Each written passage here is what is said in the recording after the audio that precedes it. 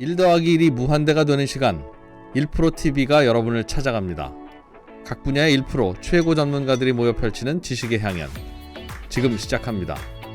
1프로TV 꼭 구독해주세요. 7시 반 7시 30분 좀 늦었네요. 오리지널 백브리핑 네. 시작합니다. 네. 뭔가를 브리핑해 주는 거죠? 자세히 자세히 브리핑한다는 게 좀 모순형용이긴 해요. 그렇죠? 브리핑은 그럼요. 좀 짧게 네. 요약해 주는 거지만 결국은 알아야 되는 거니까. 네.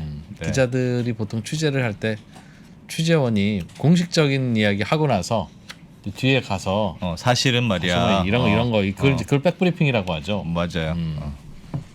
그거를 보통 이제 알짜는 거기서 주로 나오는. 사실 뒷얘기를 좀 알아야 네. 이게 지금 어떻게 진행되고 있는지 이해도가 높아지니까 그런 취지로 저희가 하고 있는데 네. 잘 되고 있는지 모르겠습니다. 잘 되고 있습니까? 잘 안 되고 있다고 솔직히 이상해. 잘 안 되고 있다고. 아니 그래도 생각합니다. 어제 네. 그 저희가 한 부동산 유료 강연 처음으로 저희가 해봤잖아요. 네. 그래서 사실은 뭐 흥행이 엄청나게 되진 않았고 마케팅을 잘 못했다. 그래서 욕도 먹고 그랬는데 제가 보기에는 어제 진짜 내용이 좋았습니다. 많은 분들이 네. 2% 강연도 그렇고 저 빠숑 소장님 강연 제가 막 박수 쳤잖아요. 박수. 괜찮았다고. 너무 훌륭했고 그래도 네. 돈 내고 들을만 했다고 하니까 그거 저희가 VOD로 곧 올라가거든요. 진짜 나는 아쉬웠다 하시는 분들은 VOD 구매하시면 됩니다. 네. 저 아시죠? 1년 내내 그 얘기 할 겁니다. 그러니까 기왕 어차피 하실 거. 네.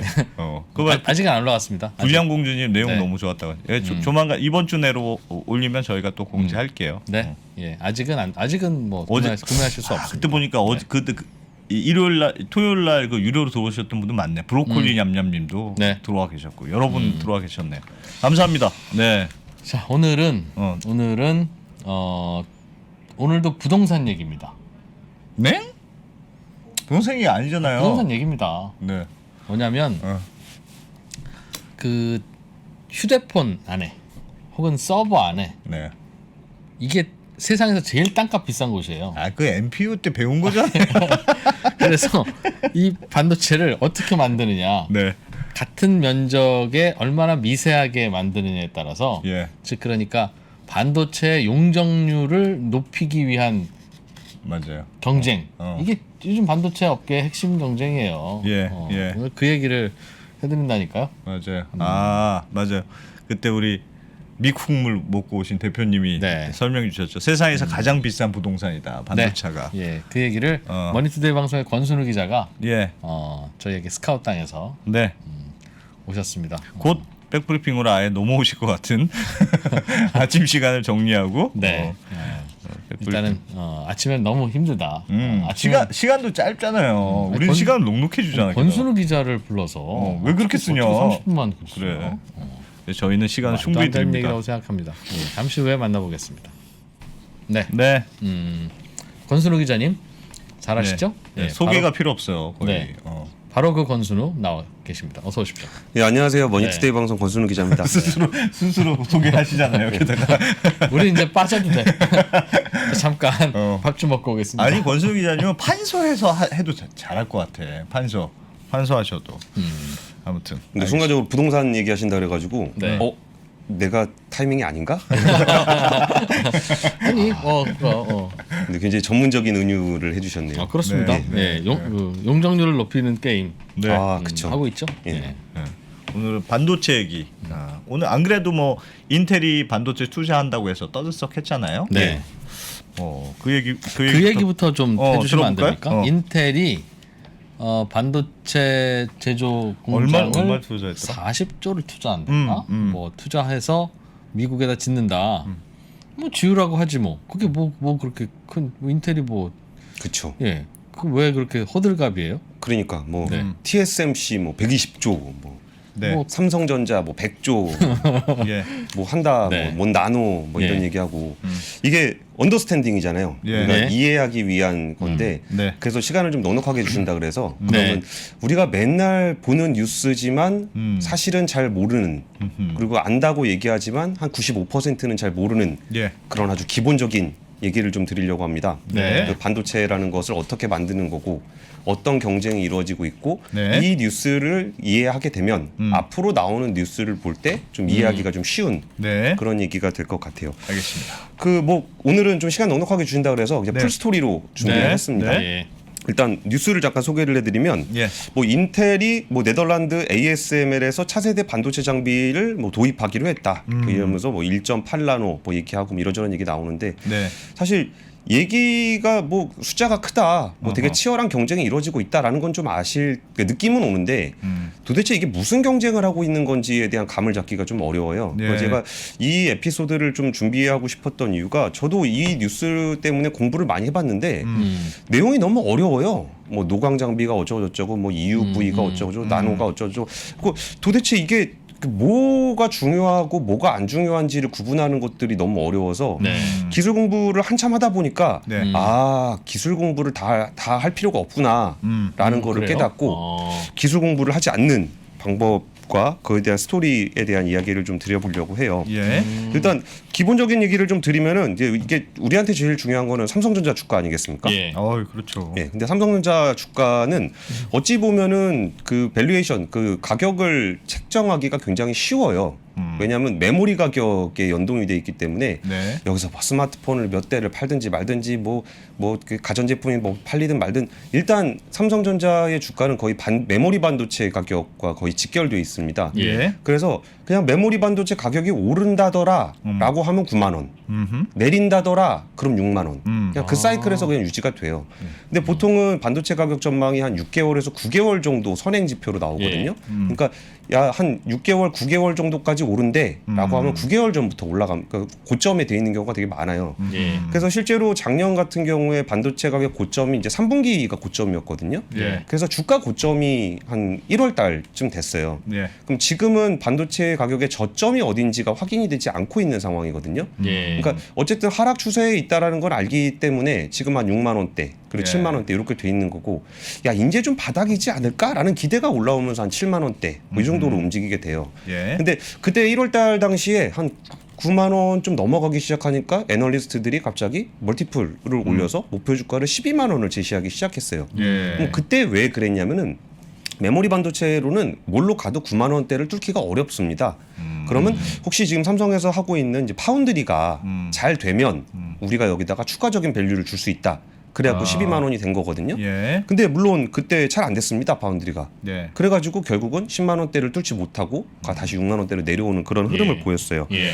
그러면은 이게 도대체 삼성전자 주가가 이제 9만 원을 뚫고 가거나 예. 아니면 메모리 가격이 좀 약하더라도 좀 가격대가 올라가려면 어떤 게 필요하냐라고 하면 두 가지가 있는데 하나는 이제 삼성전자가 가지고 있는 막대한 현금 을 가지고 M&A를 하는 거예요. 지금은 엔진이 이제 메모리 반도체 엔진 하나를 가지고 움직이고 있는데 네. 다른 거 뭐 차량용 반도체라든지 이런 걸 하나 인수를 해서 엔진을 두 개 달면 좀 더 잘 갈 수 있다라는 게 하나 있고 예. 또 하나는 이제 파운드리 분야에서 점유율을 높여가는 거예요. 이제 파운드리에 대한 설명을 좀 드릴 건데 오늘 기본적인 것부터 설명을 드리기로 했으니까 예. 예. 반도체는 뭐 크게 메모리 반도체와 이른바 시스템 반도체로 구분이 돼요. 이전에 박성현 대표 나오셔서 뭐 상세하게 설명을 해주셨을 텐데 예. 그냥 간단하게 말씀을 드리면은 메모리 반도체는 데이터를 저장하는 반도체고 시스템 반도체는 데이터를 처리하는 네. 그런 반도체예요. 그래갖고 이제 시장 규모를 보면 메모리 반도체가 한 35% 정도, 시스템 반도체가 65% 정도로 시스템 반도체가 더 넓어요. 예. 근데 그럼에도 불구하고 시스템 반도체는 뭐 CPU, GPU, 뭐 전력 반도체 뭐 이런 것들이 되게 다양합니다. MPU. 뭐 MCU, MPU 뭐 이런 것들 있죠. 예. MPU 계속 좀 해보세요. 알죠. 우리 예. MPU 좀 압니다. 우리. 그래서 이제 메모리 반도체는 이제 삼성전자, 하이닉스, 마이크론 정도가 하고 있고 예. 여기는 메모리 반도체는 거의 상품의 성능이 동일합니다. 예. 모든 제품의 상품이 동일하기 때문에 여기서 우리가 삼성전자 디램을 쓰든 하이닉스 디램을 쓰든 마이크론 디램을 쓰든 똑같아요. 네. 그러면 그 회사들은 뭘 가지고 경쟁하냐면 얼마나 싸게 만드냐를 가지고 경쟁을 해요. 네. 그러니까 어차피 판매가는 다 똑같으니까 예, 예. 거기서 얼마나 내가 싸게 만들 수 있느냐 따라서 마진의 폭이 달라져요. 그렇겠네. 그리고 예. 싸게 만드는 거는 공정 기술도 굉장히 중요하지만 규모의 경제가 되게 중요해요. 예. 그래서 1등 업체, 점유율을 가장 많이 가지고 있는 1위 업체는 제일 많은 이익을 얻을 수 있고 네. 한 3위 업체 이후는 좀 힘들어요. 예. 거의 한 4위부터는 뭐 거의 돈을 못 남긴다고 보면 되고 이게 이른바 메모리 반도체 치킨 게임을 통해서 뭐 일본의 독일의 반도체 회사들이 다 망했던 네. 그런 경기가 됐고요. 낸드 플래시 같은 경우는 지금 뭐 하이닉스, 마이크론, 삼성전자 외에도 키옥시아, 웨스턴 디지털, 뭐 인텔 등 6개가 경쟁을 하고 있어요. 네. 그럼 제가 아까 4위 이후는 좀 힘들다고 말씀을 드렸잖아요. 네. 그래서 그 낸드 플래시 쪽은 아직 좀 더 경쟁을 해야 된다라고 해서 지금 뭐 키옥시아와 웨스턴 디지털이 합병을 한다거나 아니면 하이닉스가 인텔을 또 인수를 했잖아요. 인텔 낸드 랜드 사업부 인수했죠. 예. 그런 것도 결국은 재편이 이루어질 것이다라는 거고 그 얘기는 즉슨 아직까지 낸드 분야가 그렇게 돈을 많이 벌진 못한다라는 얘기기도 해요. 경쟁이 치열하니까 뭐 1위인 삼성전자 전도가 좀 벌고 네. 나머지는 뭐 그냥 그럭저럭 먹고 사는 정도입니다. 네. 그러면 시스템 반도체 얘기를 잠깐 드렸었는데 처음에 반도체 회사들은 처음에 자기가 반도체를 설계를 하고 이거를 직접 만드는 과정까지를 다 했어요. 모든 반도체 회사들이 다 했습니다. 네. 근데 이게 만드는 방법이 점점점 어려워지고 만드는데 돈이 너무 많이 들어가기 시작을 했어요. 이거를 점점 작게 만들어야 되는데 반도체 장비 가격이 굉장히 비싸요. 뭐 지금 ASML의 뭐 노광 장비 같은 경우에 2천억씩 예. 막 하니까 이거를 내가 설계한 반도체를 만들기 위해서 이 비싼 장비를 깔아놓는 게 약간 좀 부담스러운 거예요. 예. 그리고서 이제 생각이 들었던 게 그 TSMC라는 대만의 회사가 우리는 그러면 설계를 안 하고 만들기만 할게 라고 하면은 특정 회사가 내가 설계한 내 제품만 만들면 이 공장이 뭐 팽팽팽팽 돌아갈지를 장담할 수 없잖아요. 예. 근데 TSMC 같은 경우는 전 세계에서 설계만 하는 회사들의 설계를 받아다 만들기 때문에 네. 여기서는 자신들의 어떤 공장 가동률에 대한 부담을 많이 덜 수가 있어요.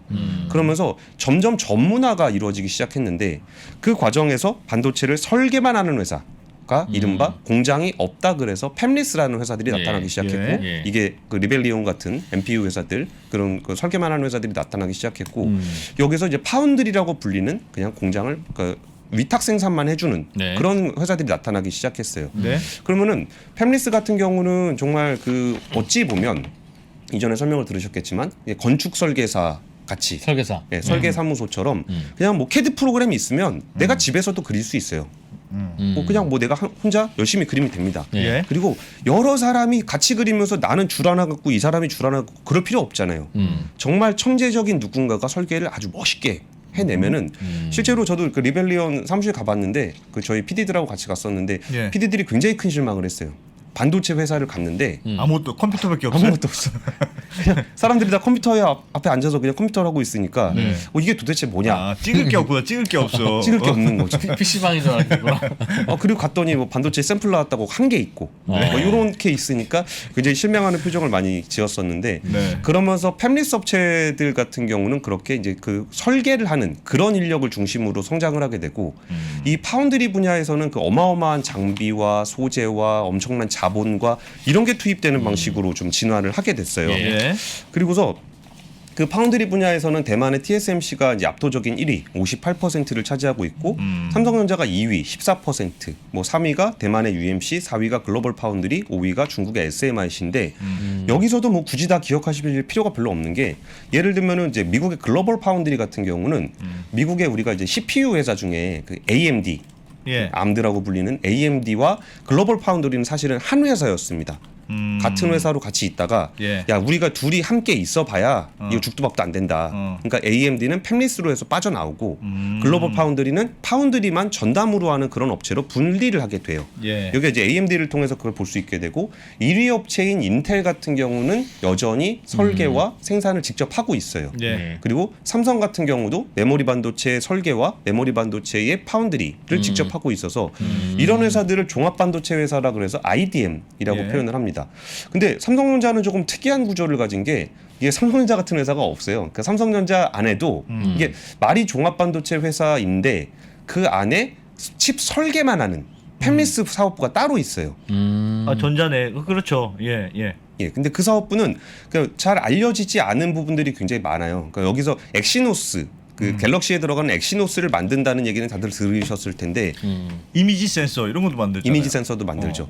그리고 이게 알려지질 않았지만 뭐 구글의 칩이라든지 아니면 테슬라의 칩도 만들어요. 근데 그 칩을 팹리스에서 만들 때는 그 칩을 진짜 만드는 업체가 있잖아요. 그 네. 원청이 있잖아요. 네. 그래서 하청을 하는 입장에서는 우리가 어디다 공급했다라는 걸 얘기하지 않아요. 그리고 삼성의 이제 팹리스 분야가 여기저기 업체와 뭐 협력을 해서 칩을 만들고 있는데 네. 여기가 잘 드러나지 않는 이유가 이제 그런 이유예요. 자기들이 자체적으로 만드는 칩은 뭐 이미지 센서라든지 엑시노스 정도가 있고 예. 나머지 팹리스를 지원하는 부분은 잘 공개가 좀 안 돼 있는 측면이 있습니다. 그리고 삼성은 그와 또 별도로 반도체를 만들어주기만 하는 파운드리가 따로 있어요. 예. 근데 여기는 이전에 한 이렇게 우리나라에서 파운드리에서 100조 투자한다라 그랬을 때 그 대부분의 돈은 여기 들어갑니다. 파운드리 쪽에 들어가게 돼요. 장비 사오고 뭐 공장 짓고 하는 거. 예, 맞아요. 근데 이 부분도 우리가 삼성전자를 얘기할 때 파운드리를 낯설게 느끼는 이유가 시작한 지 얼마 안 됐어요. 이게 그러니까 사업화를 시작했던 거는 2017년이에요. 그러니까 지금부터 5년밖에 안 됐어요. 그러네요. 예. 그래서 삼성전자가 무슨 반도체의 뭐 2030 뭐 이런 걸 새로 얘기한다 그랬을 때 예. 파운드리 분야를 한다 그런 게 우리가 낯설게 느끼는 거는 시작한 지가 얼마 안 됐기 때문이에요. 그래가지고 이게 2017년 이전에도 하기는 했는데 애플 칩 같은 거를 원래 삼성이 만들어줬었거든요. 하긴 했었는데 이게 이제 공개를 해서 누구나 나에게 칩을 맡기시면 제가 만들어 드릴게요. 네. 라는 비즈니스를 본격적으로 시작한 거는 2017년입니다. 이전까지는 그냥 아름아름 서로 만들어주는 야, 그런 애플이 그런데도 맡겼네요. 아름아름인데. 아 그렇죠.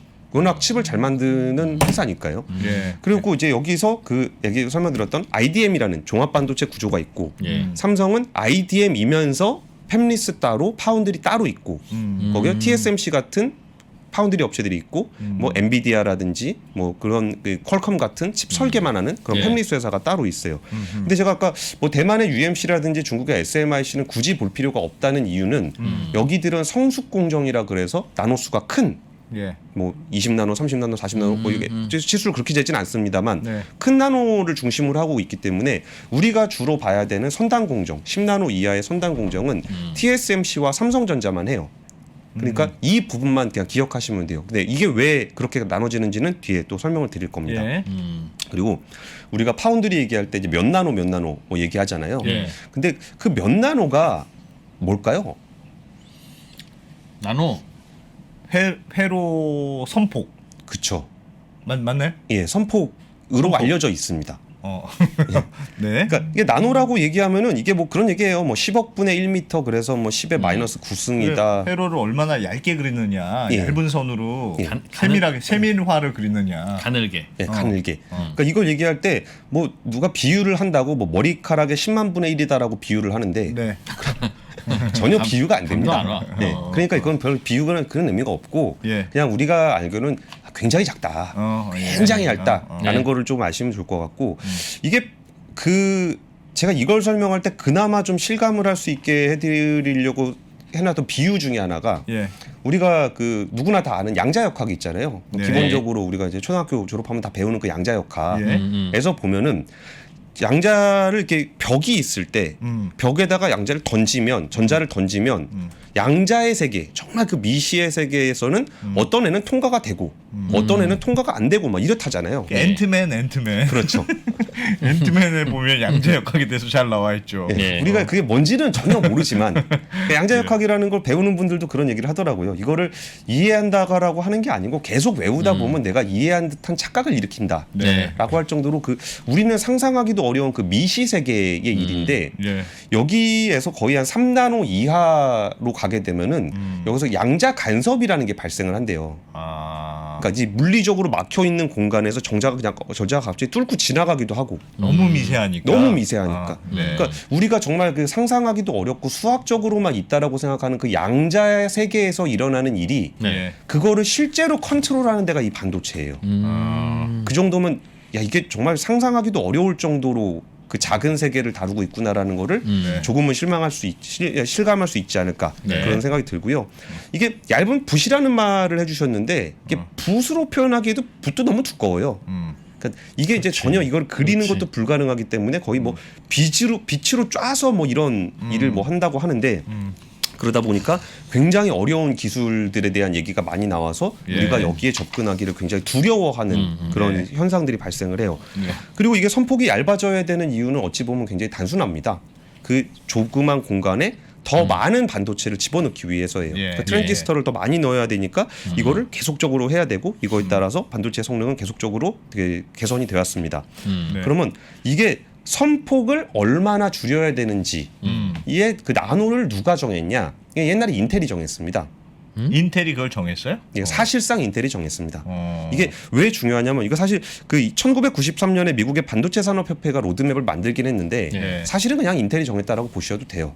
왜냐하면은 이게 반도체를 이제 설계를 하는 사람들이 있고 이 반도체 설계를 만들어주는 회사가 있고 예. 이거를 사용하는 회사가 있고 되게 다양한 그 사람들이 있잖아요. 예. 그러면 여기서 우리가 그 다음 모델은 뭘 만들어야 되는지를 알아야 그거에 맞춰서 만들 거 아니에요. 그러니까 이거를 표준을 정해준 거예요. 네. 그러니까 이 다음의 모델은 이거야. 아. 그 다음 모델은 이거야. 그 다음 모델은 이거야라고 정해서 칩을 집 우리가 이렇게 설계할 거니까 네 맞춰서 이런 생산이 가능하도록 해줘야 돼? 그쵸. 이렇게 예고를 하는 셈이군요. 그렇죠. 그럼 그 로드맵에 따라서 팹리스 회사들은 설계를 하고 아하. 뭐 파운드리 회사들은 거기에 대한 제조를 할 수 있는 그런 장비들에 대한 기술을 개발을 하고 예. 이거를 사용해야 되는 뭐 업체들은 또 그거에 맞춰서 준비를 하는. 네. 근데 여기서 이게 굉장히 중요한 포인트예요. 그러니까 뭔가의 로드맵이 정해지면 이 로드맵을 기반으로 해서 다양한 플레이어들이 이 로드맵 시점에 맞춰서 해요. 그러니까 이게 왜 중요하냐면 우리가 반도체 관련한 뉴스를 접할 때 되게 어려운 이유가 예. 뭐를 양산하겠다라는 시점, 뭐를 사용하겠다는 시점, 예. 뭐를 출시하겠다는 시점들이 다 제각기 나와요. 예. 그러다 보니까 우리가 뉴스 플로우를 따라가기가 되게 어려워요. 그러니까 아니 팹리스 회사가 무슨 장비를 무슨 새로운 칩을 만들었대, 예. 언제부터 양산하기로 했대라는 기사와 우리 파운드리 회사가 뭐를 수주했대라는 뉴스가 나오는 시점과 이 파운드리 회사가 뭐를 양산하기로 했대 이런 시점이 다 혼재돼 있어요. 예. 그러다 보니까 우리가 지금 그래서 뭔 일이 벌어지고 있는지를 파악하기가 되게 어려워요. 예. 그러다 보니까 제가 아까 그 로드맵에 따라서 모든 플레이어들이 함께 움직인다고 말씀을 드렸잖아요. 그래서 이런 고정 그 로드맵상의 마일스톤이 되게 중요해요. 네. 그래야 이 마일스톤에는 지금 어떤 뉴스가 나올 수 있고 이 마일스톤에는 어떤 뉴스가 벌어질 수 있구나를 우리가 파악을 해야 예. 우리가 지금 이 다음에는 어떤 뉴스를 기대할 수 있겠구나. 네. 이 시점에는 내가 이런 뉴스가 나왔을 때 호재구나라는 거를 느낄 수가 있어요. 우리가 뭐 인텔이 뭐 1.8나노 파운드리에 장비 투자를 하겠다라는 걸 보면서 이게 호재야, 악재야. 이게 뭐 언제 뭘 하겠다라는 네. 거야. 이런 네. 걸 파악할 수가 없단 말이에요. 네. 인텔이 발표한 걸로 봐서 악재는 아닌가 보다 스스로.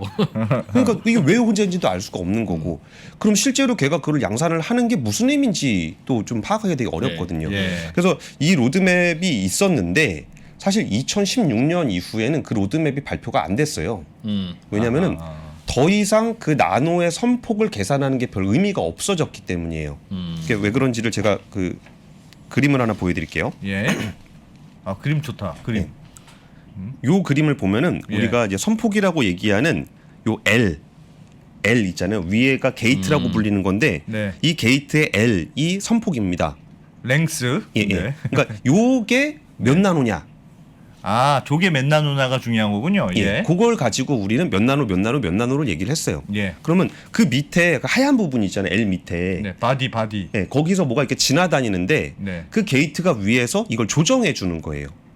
그리고 이게 선폭이 좁을수록 전력 효율이 좋아지고 성능이 개선되는 그런 네. 구조를 가지고 있었습니다.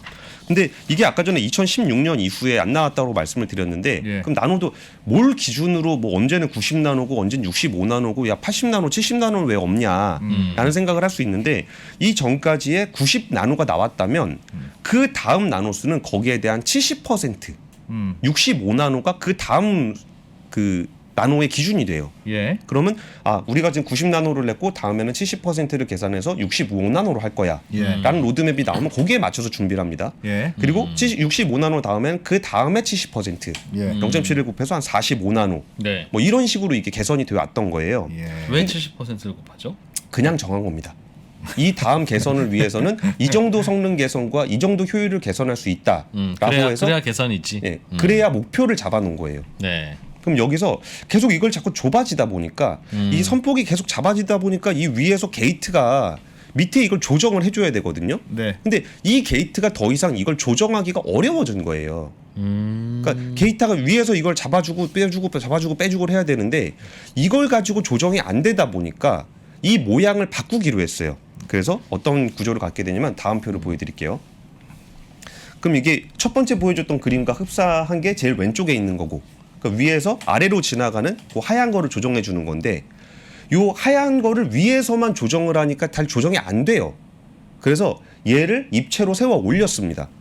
그러면 양옆과 위에서 조정을 할 수 있잖아요. 그러니까 3면에서 그 전류를 통제할 수 있게 된 거예요. 그거를 우리는 이제 핀팻 공정이라고 불러요. 이게 지금 사용하고 있는 그런 구조입니다. 그럼 이런 구조가 되면은 아까 저 선폭에 따라서 성능과 효율이 개선된다고 말씀을 드렸는데, 이게 위로 이렇게 올라와 버리니까 더 이상 선폭을 개선하는 게 의미가 없어졌어요. 무슨 말인지 모르겠어요. 다시 한번 설명드리겠습니다. 네. 이게 다시 표 보여주세요. 네. 그러니까 이거를 아까 이 선폭, 요 하얗게 돼 있는 파란 애가 위에서 이 하얀 선폭을 가지고 조정을 했었는데, 하늘색도 있고 보라색도 있는데 파란 애는 어떤 거예요? 게이트가 위에서 조정하는 애고, 예. 네. 그 밑에 허옇게 생긴 그 공간에 전류가 돌아다니는 거예요. 그럼 한 면을 접점으로 해서 이걸 조정을 해왔어요. 근데 이게 너무 얇아지다 보니까 게이트가 요 밑에 지나다니는 애들을 통제할 수가 없게 된 거예요. 너무 얇아져서. 너무 얇아져서. 예. 뭐가 얇아졌어요? 그 선폭 L, 아까 보였던 L, 하얀 거? 하얀색. 여기 하얀색. 예. 네. 그거를 통제할 수가 없게 되니까 네. 얘를 그냥 위로 올려버렸어요. 옆에 핀팻 보면은 이 하얀 애가 위로 올라왔잖아요. 네. 그럼 파란 애가 이전에는 한 면만을 가지고 통제를 하다가 이번에 양 옆과 위를 감싸면서 통제를 하기 시작했어요. 예. 그러니까 이렇게 되면은 전류를 좀 더 통제를 잘하게 됐고, 그러다 보니까 더 이상 선폭을 줄이는 게 의미가 없어졌어요. 저렇게 바꾼 다음에는 예, 위로 이렇게 올려버렸으니까 3면을 통제하고 있잖아요. 예. 그러니까 한 면만 통제하는 게 별 의미가 없어지다 보니까 처음에 얘기했던 선폭을 가지고 나노를 얘기하는 게 의미가 없어졌어요. 예. 그래가지고 이게 선폭으로는 좀 의미가 없다고 해서 지금 나오는 10나노라든지 7나노라든지 이런 거는 선폭하고 상관이 없어요. 아, 그래요. 예. 그래서 이거는 그쯤 되면 10나노쯤 되는 성능을 가진 그런 기술이야라고 해서 네. 그냥 10나노라고 부르는 거고, 7나노쯤 되는 기술이야라고 해서 7나노라고 부르는 거고. 그래서 실제로 7나노, 10나노가 아니다. 예. 아. 그러니까 실제로 제일 왼쪽에 있는 방식으로 7나노를 만들면 예. 전류를 통제할 수가 없어요. 너무 너무 가늘어서. 너무 가늘어서. 네. 그래서 그 접점을 넓히기 위해서 세로로 올려버렸고, 예. 3면을 통제하는 방식으로 10나노 이하를 지금 처리를 하고 있는 거예요. 지금 아까 채팅창에 보니까 저 보라색은 스위치다, 스위치. 그쵸. 전력을 통과시켜주고 안 통과시켜주고. 예. 그 스위치라고 이해하면 되겠네요. 예, 근데 이게 물로 이해해도 돼요. 그러니까 물이 이렇게 지나다니는데, 네. 예전에는 물 통로 이렇게 뭐 예를 들어 이렇게 생긴 풍선으로 물을 조정하는데, 네. 예전에 위에서 이렇게 눌러줬어요. 예. 근데 이게 너무 얇아져서 위에서 누르는 것만으로는 얘가 들어갔다 나왔다 하는 걸 통제를 못해요. 네. 그러니까 위에서 누르는 게 아니라 양 옆과 위를 3면에서 눌러주는 거예요. 3면에서 눌러줘서 예. 통제한다. 예. 그러다 보니까 여기에 선폭이라는 그 파이프의 두께가 더 이상 의미가 없어진 겁니다. 근데 그러다 보니까 우리가 그러면 우리는 다음에는 뭘 기준으로 만들어야 돼? 라는 것에 대한 혼란이 생기는 거예요. 네. 뭐 이전에는 딱 정해준 대로 뭐 90나노, 선폭이죠. 65나노, 45나노 했는데 예. 다음은 나노가 아니면 뭘로 얘기를 해야 되지? 라는 것에 대한 기준이 없어요. 그러다 보니까 그냥 이름을 그냥 이름 있는 걸로 하자라고 해서 그냥 10나노 정도 되는 성능을 가진 기술이야 라고 해서 10나노. 그러니까 이건 7나노 정도 되는 성능을 네. 가진 기술이야 네. 라고 해서 7나노 뭐 이렇게 네. 됐습니다. 그리고 그 다음은 어떻게 된 구조냐면은 네. 이게 3나노로 가니까 3면에서 통제를 하는 것도 작동을 안 해요. 아하. 너무 작으니까. 그래서 아예 사방에서 눌러주면 어떻게 되겠느냐. 그게 저 세 번째 그림이에요? 그쵸. 아. 그러니까 사방에서 눌러주는 방식으로 설계를 달리해서 네. 이게 이제 3나노부터 하고 있는 게이트 오럴라운드 방식이라는 기술을 얘기를 하고 있어요. 이게 되게 중요한 건데 지금 삼성전자가 그 3나노부터 게이트 오럴라운드를 도입하기로 했고 예. TSMC는 그 게이트 오럴라운드 방식이 아니라 핀팻 방식을 고수하기로 했어요. 근데 지금 나오는 얘기가 3나노에서는 핀팻이 작동을 안 하더라. 아. 그래서 지금 3나노 경쟁에서 삼성전자가 먼저 치고 나갈 수 있다라는 네. 가능성이 열렸어요. 그리고 TSMC 같은 경우는 야 우리가 지금 핀펫으로 지금 안 되고 있는데 게이트 올어라운드 쉽지 않은 것 같아. 그래서 삼성전자가 정말 잘할 수 있는지를 한번 지켜볼 필요가 있다라는 관측들이 좀 나와요. 그리고 네. 이 옆에 제일 오른쪽에 있는 거는 삼성전자가 이제 독자적으로 설계한 그런 모양인데 이걸 아까 좀 얇은 파이프 모양이 아니라 좀 넓적한 파이프 모양으로 하면 네. 좀 더 통제하기가 좀 쉽다. 그래서 MBC팻이라는 이름을 가지고 이제 그 기술 개발을 해오고 있어요. 이게 올해 상반기에 이거를 양산해 낼 수 있는 기술을 갖췄다고 삼성전자가 발표를 하고 있어요. 저거는 뭐가 더 좋은 거예요? 오른쪽은? 아, 보기에는 선폭이 더 두꺼워 보이는데요. 그림으로 보기에는. 근데 이거는 사방에서 통제하는 개념이기 때문에 네. 이게 얇게 가져가느냐 넓게 가져가느냐의 차이라서 삼성전자 쪽에서 얘기하기로는 이게 그전 핀펫 공정에 비해서 30% 성능이 향상되고 전력 소비가 50% 면적은 35% 이거는 핀펫 대비 게이트 올라운드 방식에 대한 얘기인 거고 MBC 팻 방식이 좀 더 통제가 용이하다라고 삼성전자는 설명을 하고 있어요. 예. 근데 그거를 사실 우리가 얼마나 잘 통제가 되느냐를 보니까 알 필요가 없겠더라고요. 그냥 그런가 보다. 아, 3나노 이상 되면은 이게 아까 제일 왼쪽에서 핀펫으로 갈 때 이걸 왜 위로 올렸는지는 아시겠죠? 그러니까 위에서만 하기에는 도저히 컨트롤이 안 되더라. 예, 예. 너무 얇아서 선폭이 예. 너무 얇아져서. 맞아요. 그래서 좀 미세하게 하려고 위에서 조이는 방식으로 하려고 위로 올렸다. 그렇죠. 네. 그리고 그게 더 작아져서 게이트 롤라운드 사방에서 눌러주는 걸로 바꿨다. 아예 감싸는 형식으로 했다. 예. 근데 이게 중요한 게 이 감싸는 형식으로 과연 반도체를 만들 수 있을지가 확인되지 않았어요. 저게 굉장히 어려운 거군요. 감싸는 형식으로 하는 게. 그러니까 우리가 얼마나 어려운지를 이야기하기는 어렵잖아요. 우리가 모르잖아요. 그러니까 아직까지 안 됐는데 삼성전자가 한대더라. 아, 이 정도만 아시면 돼요. 와우. 그리고 TSMC는 아직 못한다더라. 네. 그리고 실제로 할 수 있는지를 검증하는 거는 이것도 사실 뭐 이게 우리가 실제로 하는지 못하는지 그 판단하기가 어렵잖아요. 네. 그럼 우리가 이거를 굳이 알 필요가 없습니다. 왜냐하면 이거를 판단해 주는 건 우리가 아니라 슈퍼 전문가인 빅테크 기업들이 칩을 맡기는 애들이 네. 칩을 맡겼다면은 아 되나 보다. 네. 라고 생각을 하시면 될 것 같아요.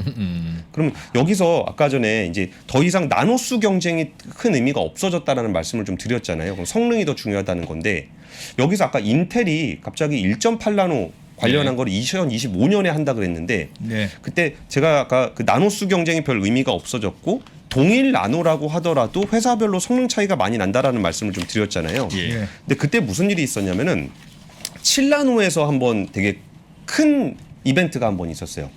7나노를 갔는데 이게 그 삼성전자나 TSMC는 우리는 7나노보다 더 작게 만들어서 성능을 좋게 5나노를 갈 거야 라고 얘기를 했고 예. 인텔에서는 야 우리가 저까지 갔는데 뭐 굳이 뭐 선폭 계속 줄이는 게 의미가 있어? 네. 여기서 우리는 좀 더 설계를 잘하고 제조를 잘해서 더 잘 만들 수 있어 예. 라고 얘기를 하면서 지금 표 하나 보여드리면 여기서 이제 딴 건 다 보지 마시고 인텔 10나노에 100 써 있는 거 있죠. 끝에서 두 번째 예, 예. 100이 예. 있고 네. 뭐 제일 끝에가 삼성 그다음에 네. TSMC인데 이게 집접도예요. 그 반도체 안에 트랜지스터를 몇 개 집어넣을 수 있는 건데 똑같은 10나노지만 인텔은 100이 들어가고 그냥 100개라고 그냥 쉽게 그냥 얘기할게요. 네. 예. 100개가 들어가는데 TSMC는 48개밖에 안 들어간다. 삼성전자는 50개밖에 안 들어간다. 그러니까 똑같은 10나노라고 하더라도 인텔의 10나노가 훨씬 좋다. 아, 그 같은 10나노도 저렇게 다 서로 다른 거예요? 그렇죠. 아까 전에 그게 제가 선폭으로 더 이상 규정하지 않는다라고 말씀을 드렸잖아요. 예. 그러니까 성능을 가지고 따졌는데 인텔은 거기에 대해서 좀 더 나은 설계와 제조 방식을 이용해서 집접도를 훨씬 더 높게 만들었어요. 네. 그러면서 인텔은 야 이거는 굳이 니네가 우리한테 따라갈 문제가 아니야. 니네가 뭐 7나노 한다고 잘난 척하지 마. 우리는 10나노로도 니네 거 충분히 할 수 있어. 초고층 아파트를 만든 거네요. 똑같은 땅에. 잘 만든 거죠. 아주 위로 많이 올린 거네요. 예. 그리고 여기서 인텔은 그 14나노를 굉장히 잘했거든요. 14나노, 10나노를 되게 잘했어요. 예. 그리고 인텔을 뭐라고 불렸냐면 그쪽 업계에서는 우리 방망이 깎는 노인 있죠. 네. 정말 방망이 잘 깎는 어허. 정말 예. 기똥차게 깎는 방망이 깎는 노인에 빗대서 인텔을 14나노 깎는 노인이라고 불렀어요. 그러니까 예. 뭔가 개선할 생각을 안 하고 그 다음 단계로 진화할 생각을 안 하고 거기선 진짜 기존에 잘했어요. 있는 거를 정말 잘하는. 예. 그래서 이제 그 인텔이 이제 7나노로 넘어가지 못하고 10나노, 14나노에 머물러 있는. 근데 성능은 더 좋지만 이라고 주장을 했으나 그 뒤에 TSMC와 삼성전자가 공격적으로 7나노, 5나노로 넘어가는 과정에서 이걸 역전을 하게 됐어요. 그러면서 인텔은 지금 여기서 방망이 깎느라 그 다음 기술을 익히지 못했기 때문에 예. 파운드리 경쟁에서 완전히 뒤처져 버렸습니다. 그래서 인텔은 여기서 더 이상 플레이어가 아니게 됐어요. 예. 그래서 인텔이 이제 뒤에 다시 한번 등장하게 될 건데 네. 그 얘기는 뒤에 한번 다시 말씀드리겠습니다. 이게 나노 경쟁이 절 의미가 없어지다 보니까 그럼 우리가 이걸 뭘로 평가를 해야 되냐? 반도체 공정이 좋은 게 뭐야? 라는 것에 대한 고민을 많이 하게 됐고 여기에 대해서 나노를 이제 그 얘기를 할 때 TSMC에서는 뭐라고 얘기를 했냐면은 공정 앞에 보인 그 앞에 붙인 숫자는 네. 다음 세대 모델이란 뜻이다. 1세대냐 2세대냐 3세대냐 이런 것일 뿐이다. 그렇죠. 그러니까 7나노 다음에 5나노라는 건 5나노라는 게 아니고 그냥 7세대 다음 모델이라는 거다. 네. 별로 신경 쓰지 마라. 이렇게까지 표현을 했었고 여기서 그 ARM이라고 이제 아키텍처를 설계하는 예. 업체에서는 그러지 말고 이게 진짜 반도체라는 것이 잘 쓰려면 성능과 전력 효율과 이런 것들이 다 좋아야 되는 거 아니냐. 네. 그래가지고 이거를 성능과 전력 효율을 고려해서 와트당 성능으로 측정을 해야 된다. 예. 내가 전력을 얼만큼 썼는데 성능이 얼마 나오는지에 대해서 평가를 해야 된다. 네. 이렇게 또 아예 ARM에서 주장을 하고 그 다음에 이제 그 다른 데서는 아니 CPU하고 GPU하고 NPU하고 그게 사용하는 용처가 다른데 네. 이거를 성능만 가지고 평가하는 게 무슨 의미가 있냐. 라고 네. 얘기를 하면서 여기에 또 이러고 나서 그 다음 나온 얘기가 뭐냐면은 이거를 지금 작게 만드는 것을 어느 정도까지 가보니까 야 이거 작게 만드는 것뿐만이 아니고 이걸 위로 쌓으면 어떻겠냐. 네. 그리고 이제 위로 이렇게 막 쌓는 기술들도 나왔어요. 이거를 패키징이라고 부르는데 예. 그러니까 이게 요새 뭐 삼성전자 그러니까 대만의 TSMC는 뭐 대만의 어떤 패키징 서플라이 체인이 생태계가 잘 돼 있어서 훨씬 더 유리하다 이런 얘기를 뉴스에서 보신 적이 있을 건데 그 얘기가 왜 나오냐면은 예전에는 그냥 만들면 패키징이라 그러면 옆에 포장해 주는 거였어요. 예. 그러니까 칩 놓고 옆에다 전선 연결하고 뭐 이런 걸 패키징이라고 했거든요. 근데 지금 반도체 성능 경쟁이 너무 작아지니까 예. 여기서 작게 만드는 것만이 능사가 아니다. 위로 쌓는 건 어떻겠냐? 예. 그러면 동일 면적에 얼마나 많은 성능, 동일 공간에 얼마나 많은 성능을 넣냐는 패키징 기술도 여기 접목이 되기 시작했어요. 네. 그래가지고 패키징에 대한 얘기가 나오면서 지금 표를 보여드리면 PPAP 이런 걸로 하자. 예. 다 요걸로- 중요하다 다. 예. 그래서 이걸 가지고 이제 하는 방식으로 바뀌게 됐어요. 네. 그래서 우리가 그 삼성전자가 TSMC를 따라갈 수 없을 거다라고 주장하는 사람들의 주요한 논거 중에 하나가 이 PPAP의 마지막 P 패키징이에요. 패키징이 TSMC가 진짜 좋다. 그러니까 대만의 생태계가 좋다. 아. 워낙 오랫동안 이걸 많이 만들어 왔기 때문에 네. 이 부분에 대해서 따라갈 수 없다. 뭐 이런 얘기들을 좀 하고 있는 겁니다. 그리고 이제 인텔 같은 경우도 이제 완전히 나노 경쟁에서 밀렸잖아요. 예. 그러니까 10나노 이하에는 인텔은 아예 자기들 나노를 안 쓰겠다. 나노라는 표현을 안 쓰겠다라고 또 주장을 해요. 그러면서 이게 약간 그 과거의 그 어르신이 시대에 뒤처진 어르신이 자기가 옛날에 표준 만들던 시대를 생각하는 거 아니냐라는 비판을 받으면서 그 내가 정한 게 표준이다라는 얘기를 뭐 여전히 하고 있는 거죠 인텔은. 네. 그래서 0.1 나노미터를 옴스트롱이라고 표현을 하고 거기서 A라는 표기를 쓰기 시작했어요. 그럼 아까 전에 처음에 인텔이 얘기했던 20A 공정을 만들기 위해서 우리가 뭘 장비를 샀다라는 얘기인 즉슨 2나노를 하겠다라는 얘기입니다. 예. 그럼 인텔은 여기서 어떻게 다시 등장하게 되냐면 10나노, 7나노, 5나노 경쟁에서 인텔은 완전히 뒤쳐져서 예. 더 이상 파운드리를 할 수 없는 회사가 됐어요. 네. 그러니까 이 과정을 건너뛰고 우리는 2나노로 다시 한번 도전하겠다.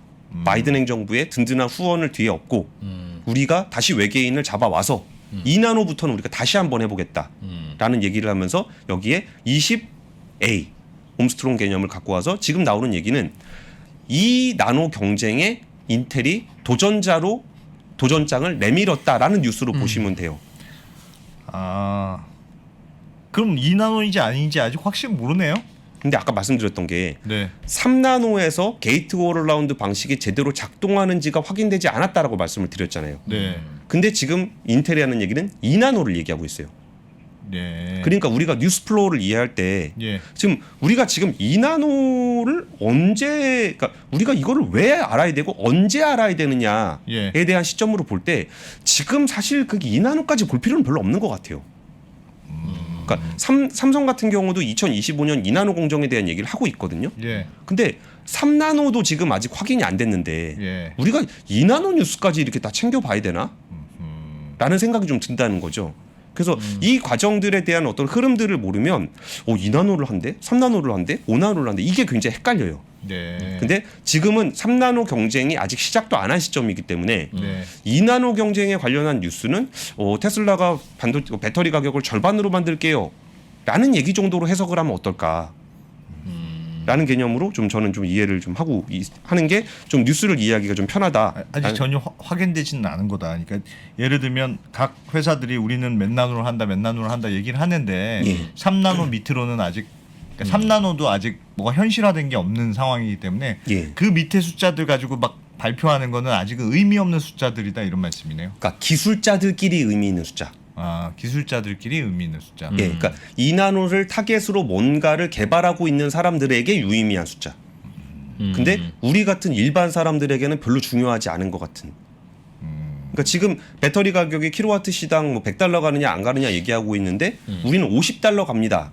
네. 라고 얘기하는 거를 우리가 어느 정도까지 굳이 이게 진짜 되냐 안 되냐를 받아들여야 되냐는 거예요. 혹시 인텔이 뭐 딱 숨겨놓던 깜짝 놀랄 만한 기술을 이렇게 숨겨놓고 있었던 거 아니에요? 이게 그동안은 TSMC, 삼성전자에 뒤쳐져 있었으나 예, 예. 인텔이 그래도 아성의 인텔이니까 뭔가 이렇게 훔쳐놓고 있다가 물론 뭐 인텔이 하는 걸 다 어떻게 믿냐고 말씀하시는 분들이 많긴 많습니다만 예. 그래도 어쨌든 인텔이라는 회사가 발표를 한 거를 에이 아니야 이렇게 그냥 이렇게 할 수 있을까? 그런 생각이 들었어요. 근데 제가 말씀드리는 거는 네. 기다 아니다를 확인할 수 현재 관계에서 확인할 수 없고 예. 확인을 해야 될 필요도 없고 그 확인을 해야 되는 시점이 아직 멀었다는 거예요. 아하. 그러니까 우리는 지금 단계에서 봐야 되는 3나노도 아직 불확실성이 많은데 네. 2나노를 벌써부터 고민할 필요가 있냐라는 말씀을 드리는 거예요.